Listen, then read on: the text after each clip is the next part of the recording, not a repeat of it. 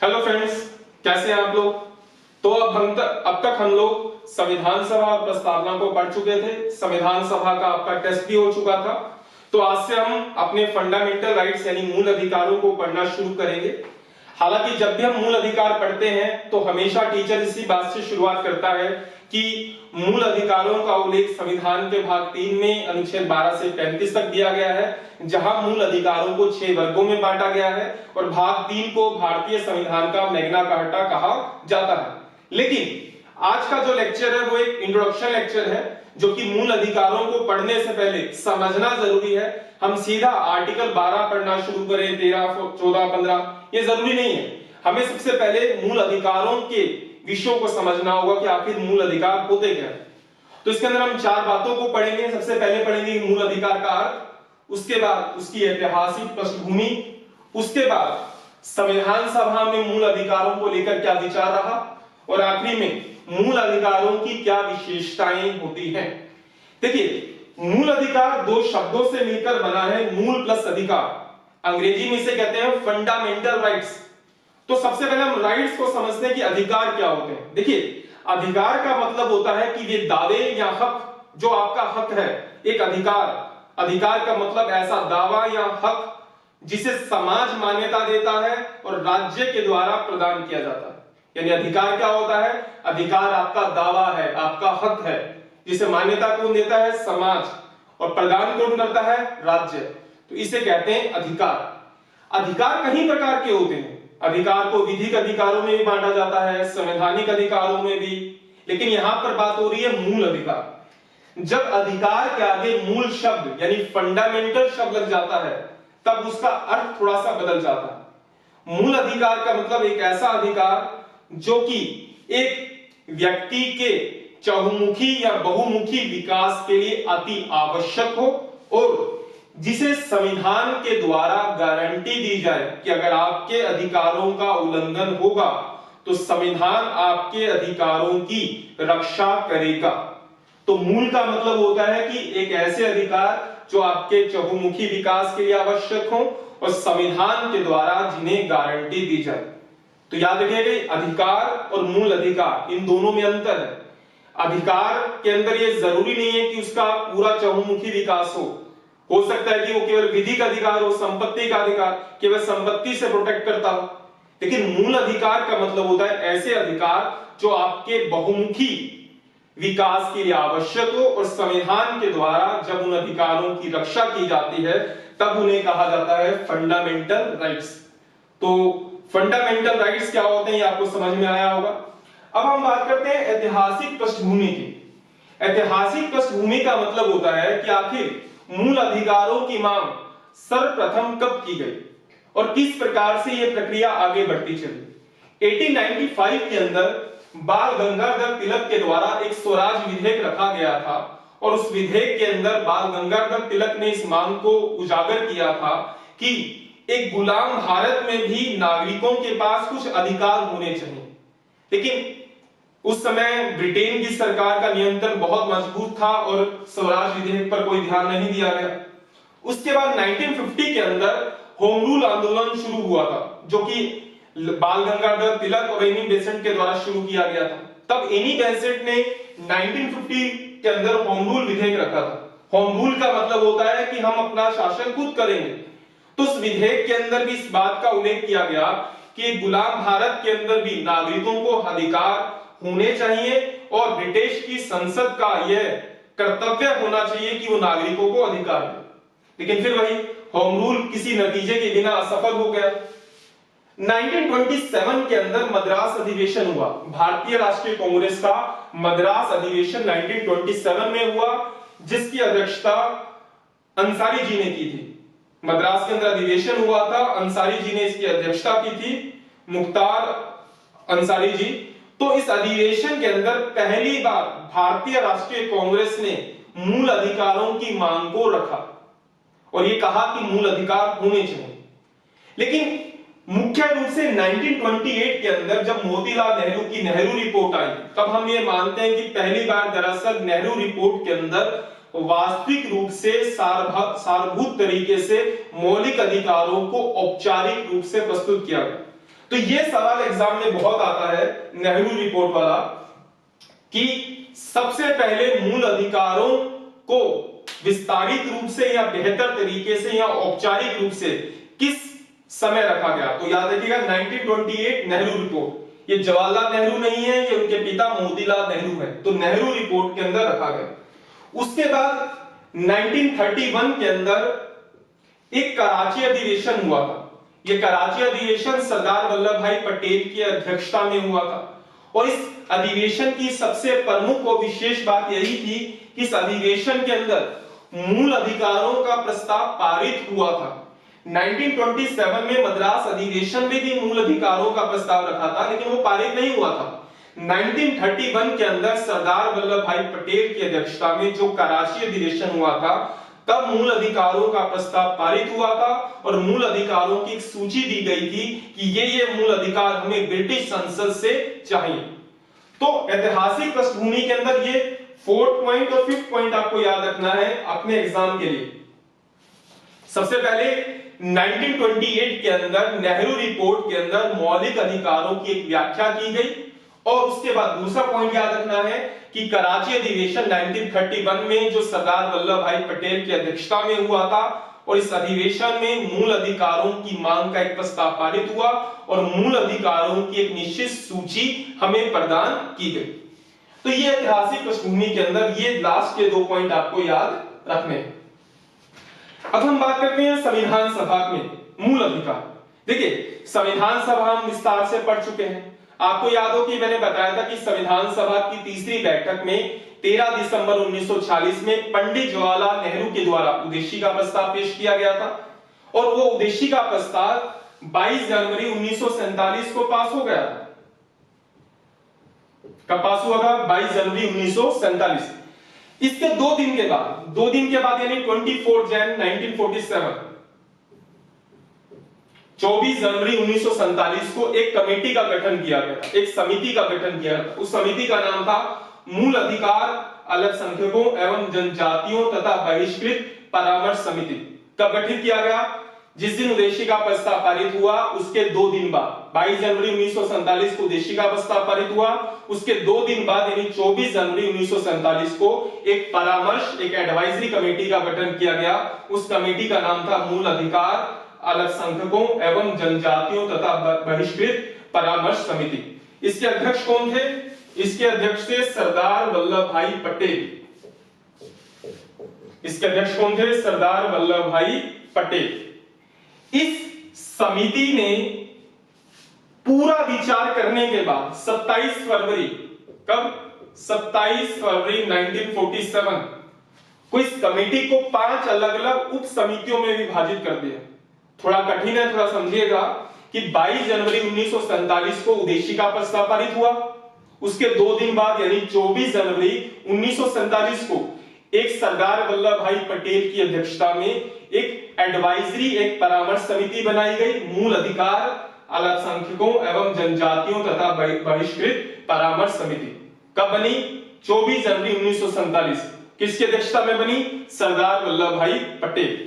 उसके बाद इस परामर्श समिति ने विचार किया और आगे चलकर 27 फरवरी 1947 को इस कमेटी को, जो परामर्श समिति पटेल की अध्यक्षता में बनी थी, इसे 5 उप समितियों में विभाजित कर दिया गया। एक कमेटी बनी मूल अधिकार उप समिति, एक बनी अल्पसंख्यक उप समिति, एक बनी जनजातीय उप समिति बनी, एक बहिष्कृत उप समिति बनी। तो ऐसी 5 उप समितियों का गठन हुआ और हमें याद कौन सी रखनी है? मूल अधिकार उप समिति, जिसके अध्यक्ष बने जेबी कृपलानी। कौन बने? जेबी कृपलानी। याद रखिए, एक कमेटी बनी, कब बनी? 24 जनवरी 1947 को सरदार वल्लभ भाई पटेल की अध्यक्षता में मूल अधिकार अल्पसंख्यकों, जनजातियों तथा बहिष्कृत समिति, परामर्श समिति थी। इस समिति ने 27 फरवरी 1947 को अपनी समिति को 5 उप समितियों में विभाजित कर दिया और उसमें एक उप समिति बनी मूल अधिकार उप समिति और उसके अध्यक्ष कौन थे? जेबी कृपलानी। अन्य सदस्य भी थे, नाम लिखे हुए हैं, मीनू मुसानी, केटी शाह, अलादी कृष्ण स्वामी अय्यर, के एम मुंशी, हरमन सिंह, मौलाना आजाद, हंसा मेहता, अमृता कौर, डॉक्टर भीमराव अंबेडकर, सरदार वल्लभ भाई पटेल। ये नाम मैंने लिखे हैं, आपको याद नहीं रखने, आपको सिर्फ इतना याद रखना है कि मूल अधिकार एक उप समिति बनी थी, उसके अध्यक्ष कौन थे? जेबी कृपलानी। इस समिति ने हमारे मूल अधिकारों के प्रस्ताव पर विचार करना शुरू किया और इस समिति के अंदर सबसे पहले जो प्रस्ताव रखा था वो रखा था बीएन राव ने। बीएन राव का पूरा नाम क्या है? बेनेगल नरसिंह राव। कौन थे? संविधान सभा के परामर्शदाता, एडवाइजर। क्या ये संविधान सभा के सदस्य थे? तो नहीं, बीएन राव संविधान सभा के सदस्य नहीं थे, लेकिन संविधान सभा के सलाहकार थे। तो ये जो संविधान सभा के सलाहकार थे बीएन राव, इन्होंने मूल अधिकार उप समिति, जिसके अध्यक्ष कौन थे? जेबी कृपलानी, उस समिति के अंदर एक प्रस्ताव रखा कि अधिकार दो तरह के होने चाहिए, एक वाद योग्य और दूसरे अवाद योग्य। वाद योग्य का मतलब जिनका उल्लंघन होने पर न्यायालय उनकी रक्षा करने के लिए बाध्यकारी हो, उन्हें कहा गया वाद योग्य। और दूसरे अवाद योग्य, जिनका उल्लंघन होने पर न्यायालय उनकी रक्षा करने के लिए बाध्यकारी न हो। हालांकि जब बीएन राव ने यह प्रस्ताव रखा तो इस समिति के बीच में विरोधाभास हुआ, कुछ सहमत नहीं। आखिरी में लोग सहमत हो गए। 38 दिन 38 डेज इस समिति ने अपने विचार इन मूल अधिकारों के संबंध में पूरा विचार किया और बाद में हमारे संविधान के अंदर एक नया भाग सामने आया, भाग 3 मूल अधिकार, जिसके अंदर अनुच्छेद 12 से लेकर 35 तक अनुच्छेद का उल्लेख किया गया। 38 दिन लगे। डॉक्टर भीमराव अंबेडकर ने मूल अधिकारों के संबंध में भाग 3 के संदर्भ में कहा कि यह संविधान का सबसे विवादास्मक, मतलब सबसे चर्चित और सबसे विवादों से घिरा हुआ भाग है। याद रखिए, एग्जाम में आपसे सवाल पूछा जा सकता है कि संविधान के भाग 3 को सबसे विवादित या आलोचनात्मक भाग की संज्ञा किसने दी? डॉक्टर भीमराव अंबेडकर, जो कि इस मूल अधिकार उप समिति के सदस्य थे। अध्यक्ष कौन थे? जेबी कृपलानी। 38 डेज के अंदर विचार करने के बाद संविधान के अंदर एक नया भाग जोड़ा गया, जिसे कहा गया संविधान का भाग 3, जिसमें अनुच्छेद 12 से लेकर 35 तक उल्लेख किया गया।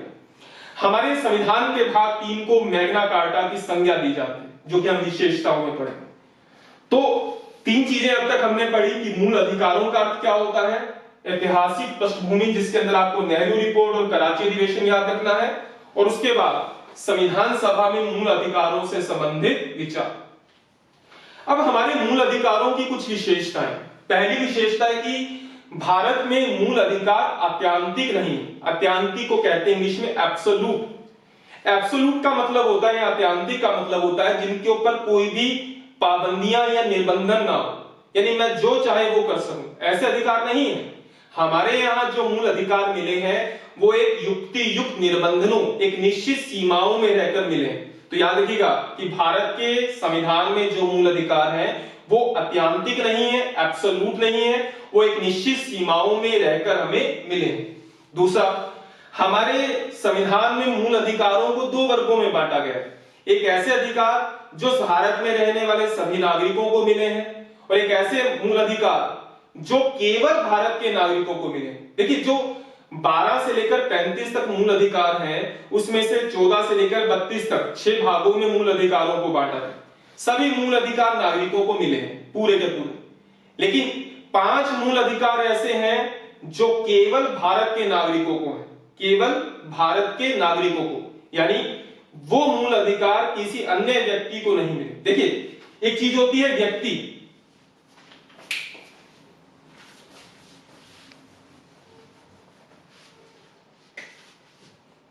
पर्सन। व्यक्ति को 4 कैटेगरी में बांटा जाता है। एक को कहा जाता है नागरिक, सिटीजन।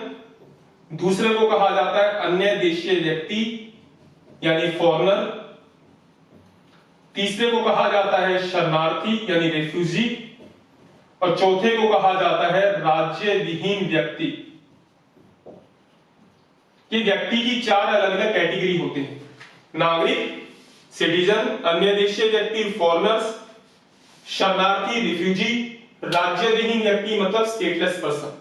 तो हमारे संविधान में मौलिक अधिकारों को 2 वर्गों में बांटा गया। नागरिकों को तो सभी मूल अधिकार है, आर्टिकल 14 से लेकर 32 तक दिए गए सभी मूल अधिकार है। लेकिन 5 मूल अधिकार ऐसे हैं जो केवल नागरिकों को है, इनको नहीं मिले, इनको नहीं मिले, इनको नहीं मिले। ये कमेंट बॉक्स के अंदर आप बताइएगा कि ऐसे कौन से 5 मूल अधिकार हैं जो केवल भारत के नागरिकों को मिले हैं, जो अन्य देशीय व्यक्ति, शरणार्थी या राज्य विहीन व्यक्तियों को नहीं मिले। 5 ही मूल अधिकार ऐसे हैं जो केवल भारत के नागरिकों को हैं, अन्य देशीय व्यक्ति, शरणार्थी या राज्य विहीन व्यक्तियों को नहीं मिले। तो पहली विशेषता कि भारत के संविधान में मूल अधिकार अत्यांतिक नहीं है, एक निश्चित सीमाओं में रहकर मिले हैं। दूसरा, इन्हें 2 वर्गों में बांटा गया है, नागरिक और गैर नागरिक। तीसरा, वाद योग्य है। वाद योग्य का मतलब न्यायोचित है, इनका उल्लंघन होने पर न्यायालय आपके मूल अधिकारों की रक्षा करने के लिए बाध्यकारी है। यानी अगर आपके मूल अधिकारों का उल्लंघन हुआ तो आप हाई कोर्ट जा सकते हो, आर्टिकल 226 के तहत। आर्टिकल 32 के तहत सुप्रीम कोर्ट जा सकते हो, और सुप्रीम कोर्ट और हाई कोर्ट आपके अधिकारों की रक्षा करने के लिए बाध्यकारी है। इसका मतलब क्या है, ये वाद योग्य है, और इसे हम आर्टिकल 13 में भी पढ़े। और चौथा, आखिरी पॉइंट जो एग्जाम में बहुत बार पूछा था, मूल अधिकारों को भारतीय संविधान का मैग्ना कार्टा कहा जाता है। देखिए, मैग्ना कार्टा सबसे पहले ब्रिटेन के राजा ने 1215 में जारी किया था। मैग्ना कार्टा का मतलब होता है कि बहुत सारे अधिकार जब जनता को एक साथ दिए जाएं तब उसे कहा जाता है मैग्ना कार्टा। और हमारे संविधान के अंदर जो 22 भाग हैं, उसमें भाग 3 ही एक ऐसा भाग है जिसमें भारत के नागरिकों को ढेर सारे अधिकार दिए गए, इसलिए हम भारतीय संविधान के भाग 3 को क्या कहते हैं, मैग्ना कार्टा। जैसे हम कहते हैं कि एक ब्रिटिश गवर्नर जनरल थे जिनका नाम था लॉर्ड रिपन, हम कहते हैं कि उन्होंने स्थानीय शासन का मैग्ना कार्टा जारी किया। इसका मतलब उन्होंने लोकल गवर्नमेंट को बहुत सारे अधिकार दिए, तो स्थानीय शासन का मैग्ना कार्टा। और भारतीय संविधान के भाग 3 को हमारा मैग्ना कार्टा इसलिए कहा जाता है क्योंकि इसके द्वारा ढेर सारे अधिकार एक साथ प्रदान किए जाते हैं, इसलिए इसे भारतीय संविधान के भाग 3 को क्या कहा जाता है, मैग्ना कार्टा। आपसे एग्जाम में कभी भी पूछा जाए कि मैग्ना कार्टा संविधान के किस भाग को कहा गया है, तो संविधान के भाग 3 को। ठीक, तो आज हमें सिर्फ 4 ही विशेषताओं को पढ़ना था। सबसे पहले हमने पढ़ा मूल अधिकारों का अर्थ क्या है, उसके बाद हमने पढ़ी ऐतिहासिक पृष्ठभूमि, उसके बाद संविधान सभा में लेकर मूल अधिकारों से संबंधित विचार, उसके बाद हमने पढ़ी मूल अधिकारों की विशेषता। कल से हम मूल अधिकारों से संबंधित जो पूरा का पूरा भाग है, भाग 3 अनुच्छेद 12 से 35 को विस्तार से पढ़ेंगे। और याद रखिए, हम अब जो भी आगे के वीडियोस होंगे वो छोटे होंगे, 5 से 10 मिनट के बीच में होंगे, क्योंकि अब हम हर आर्टिकल पर एक वीडियो बनाएंगे। जैसे आर्टिकल 12 पर एक वीडियो लेक्चर, आर्टिकल 13 पर एक वीडियो लेक्चर, आर्टिकल 14, आर्टिकल 15, और जो छोटे आर्टिकल होंगे उसको कंबाइन कर एक लेक्चर। क्योंकि किसी को मान लीजिए कि पूरा भाग में पूरा मौलिक अधिकार नहीं पढ़ना, केवल आर्टिकल 12 पढ़ना है, तो केवल आर्टिकल 12 पढ़ सकता है। किसी को केवल आर्टिकल 13 पढ़ना है, उसे वही समझने में दिक्कत हो रही है, तो आर्टिकल 13 पढ़ सकता है। और इसके अंदर हम कुछ इंपॉर्टेंट केसेस का भी उल्लेख करेंगे जो कि समय समय पर सुप्रीम कोर्ट ने उसके अंदर रेफर किए। ठीक, और कल से आपको यानी जो भी लेक्चर मिलेंगे वो आर्टिकल वाइज मिलेंगे, आर्टिकल 12, आर्टिकल 13, और दिन के अंदर एक से ज्यादा लेक्चर मिलेंगे, 2, 3 इस प्रकार से आपको लेक्चर मिलेंगे, ताकि आप मूल अधिकारों को बेहतर तरीके से पढ़ पाए। क्योंकि अगर मैं एक ही वीडियो लेक्चर के अंदर सीधे आर्टिकल 12 से 35 समझा दूंगा आपको, या फिर समानता का अधिकार, स्वतंत्रता का अधिकार 6 वर्गों में समझा दूंगा, तो उसमें क्या होता है, होच पोच हो जाता है। हम एक एक आर्टिकल को बारीकी से पढ़ेंगे ताकि उसके अंदर हमेशा हमें ध्यान रहे कि उसके अंदर क्या क्या छोटी छोटी बातों का उल्लेख किया गया। ठीक, तो मैं आशा करता हूं आप लोगों को ये वीडियो पसंद आया होगा। ठीक, अगर आपको ये वीडियो पसंद आया हो तो इसको लाइक और शेयर जरूर कीजिएगा। तो इजाजत लेना चाहूंगा आप लोगों से। Thank you.